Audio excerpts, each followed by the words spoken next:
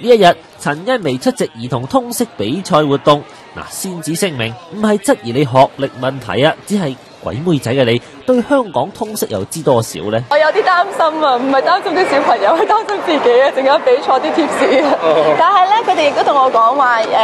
我個責任咧就唔單止俾貼士，亦都要有少少誤導，有可能係啲錯嘅貼士啊，啱嘅貼士睇啲小朋友，佢哋係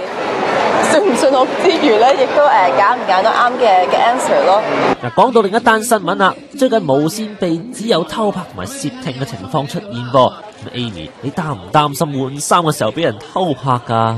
我通常就去 changing room 嗰度換嘅，咁但係我諗